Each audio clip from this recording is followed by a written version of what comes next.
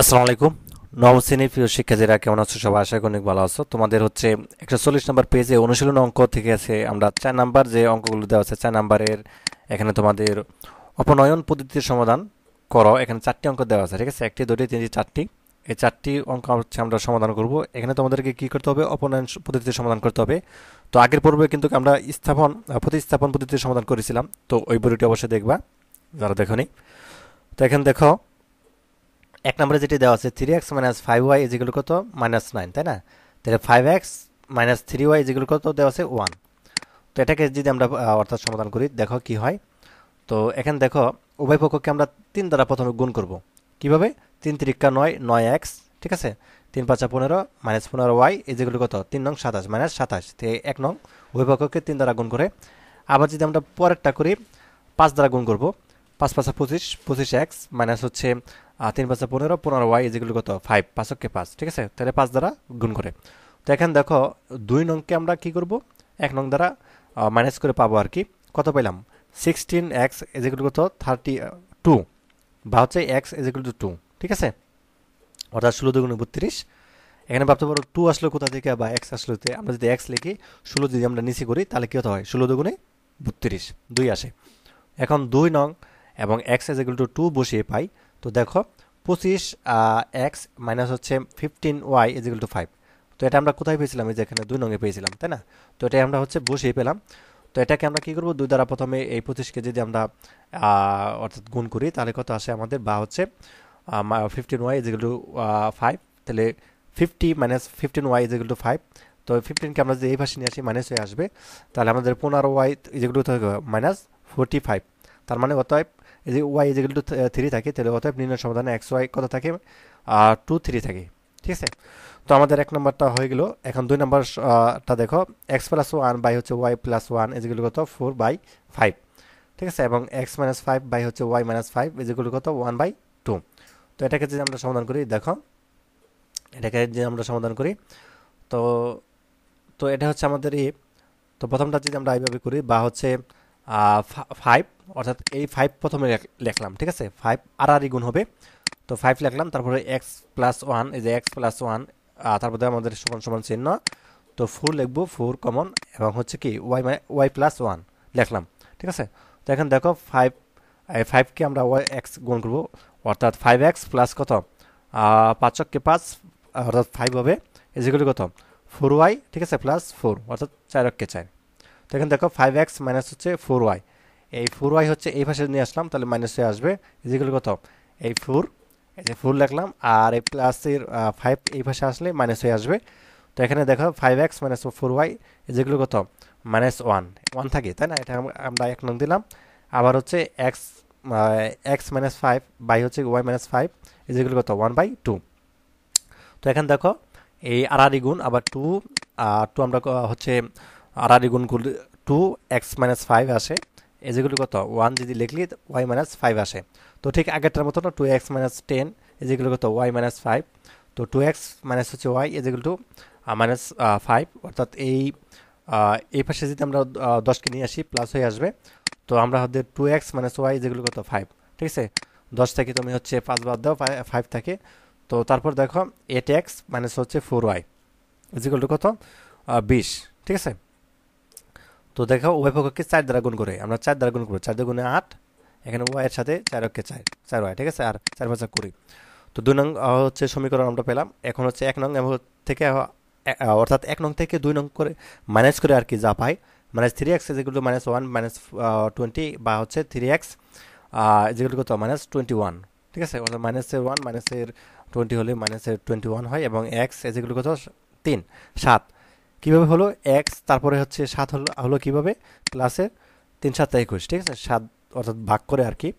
এখন হচ্ছে x is equal two 7, এবং 2 নং বসিয়ে পাই। 2 নং আমরা বসিয়ে পারলাম কত? 56 মাইনাস হচ্ছে 4y ইজিক্যাল কত? 20, বা হচ্ছে মাইনাস 4y ইজিক্যাল কত? 20 মাইনাস অর্থাৎ 56 এই পাশে আসছে, তারপরে প্লাস হয়ে আসছে। তো ইজিক্যাল বা হচ্ছে কত? মাইনাস 4y ইজিক্যাল কত? 36, মাইনাস 56 থেকে তুমি যদি 20 বাদ দাও তাহলে 36 থাকে। তো এখান থেকে এই 4কে আমরা এটাকে গুণ ভাগ করবো, 4 নং 36, 9 আসছে, তাই না? তাহলে ওয়াই যেগুলো তো 9 থাকে, অতএব নির্ণয় সমাধান এক্স ওয়াই এগুলো তো 7 9।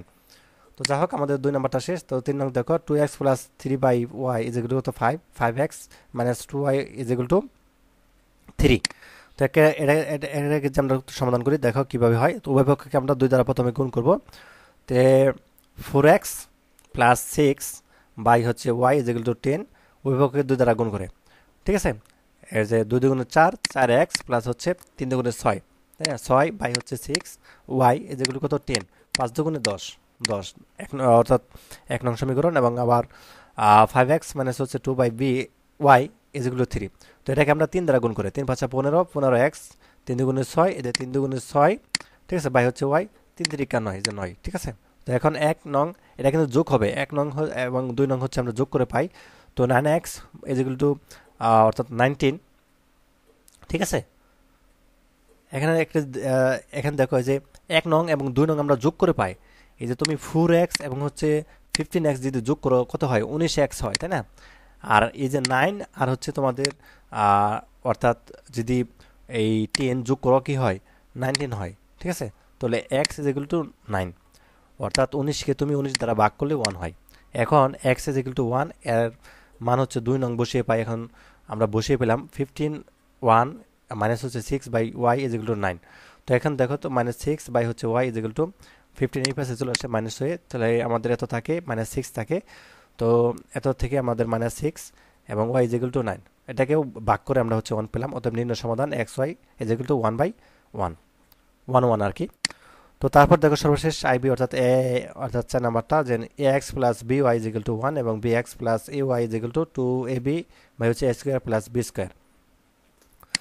তো এখন দেখো যে কিভাবে করতেছি